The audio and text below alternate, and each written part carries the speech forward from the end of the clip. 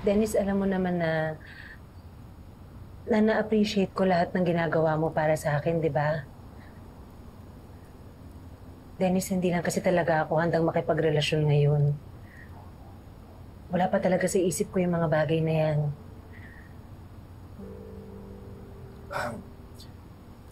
Tungkol ba to kay Wilfred?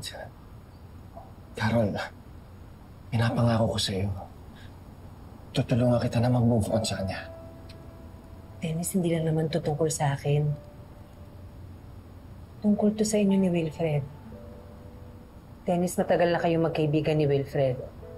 Malalim na ang pinagsamahan ninyong dalawa. Sabihin na nating tapos na ang relasyon namin, pero tama si Manang Pilar eh. Para kasing pagtatraidor yung gagawin mo. Sasabihin ko rin naman sa kanya eh. Dennis, kahit na.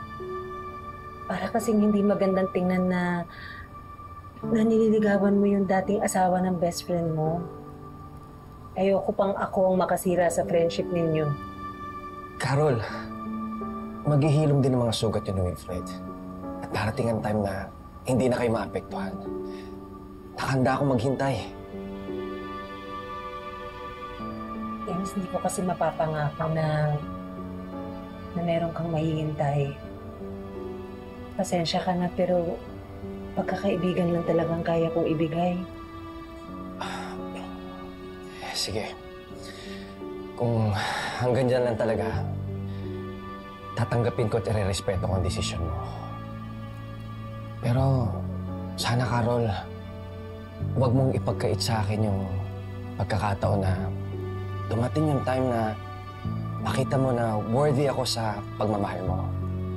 Kasi pagtatrabahuan ko yun.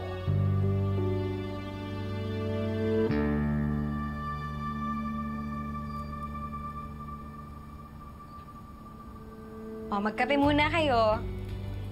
Ano, pumayag na ba ang beshi ko na magpaligaw? Magsa-celebrate na ba kayo mamaya? May payday promo na ba sa bar ni Tristan? Sige. Marami pa naman tayong dapat i-celebrate eh. Di ba, Carol? Ronnie! Ronnie! Ronnie! You took selfies without my consent! Sinamantala mo natutulog ako and you have the gall to send me those photos? Ronnie! Why? Because I don't want you to forget that night. And I don't want you to forget na minsan mo rin akong minahal at naramdaman ko yun. Ronnie, that was not love. That was a mistake! A mistake? Hanggang ngayon, mistake pa rin ako? Sakit mo naman magsalita, Wilfred. When you were having problems with Joy, hindi ko naman pinilit yung sarili ko sa'yo eh. You needed someone who would listen. You came to me. Confided to me. At ako naman tong si Gaga, nakinig sa'yo. Wilfred, I made myself available every time you needed a friend. Kasalanan ko ba if I have fallen for you?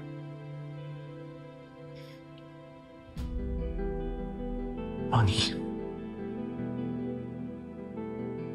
whatever happened between us, tapos na yun. And I apologize. Kung hindi ko nakita ito magiging epekto sa'yo. Ayokong saktan ka. And for that and for so much more, Ronnie, I'm sorry. Apologies won't fix this, Wilfred. Another shot at love would. Ronnie, hindi na pwede mangyari yun. Ronnie, kinakain na ako ng konsensya ko. Can't you see? Even in the US na naging tayo, guilty ako sa nangyari and I can't even talk to Amber about it. Hindi ko na alam kung paano papaliwanag pa sa'yo to eh. So, ganun na lang yon.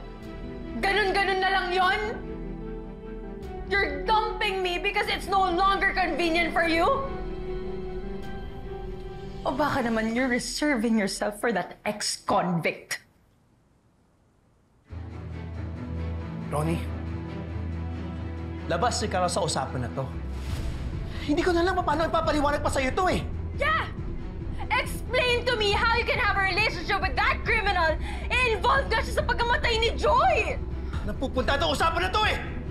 Just get rid of those photos, will you? And stop holding on to something that will never happen again! Whatever happened between us, kalimutan mo na yun. You'll regret this, Wilfred. I swear, pagsisisihan mo to.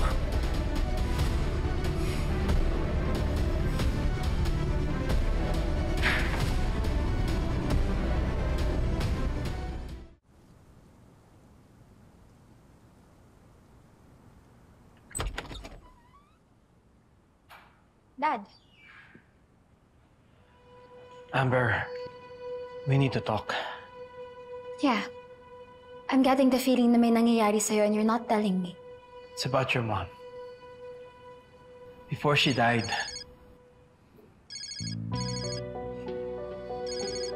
it's work. Hold on.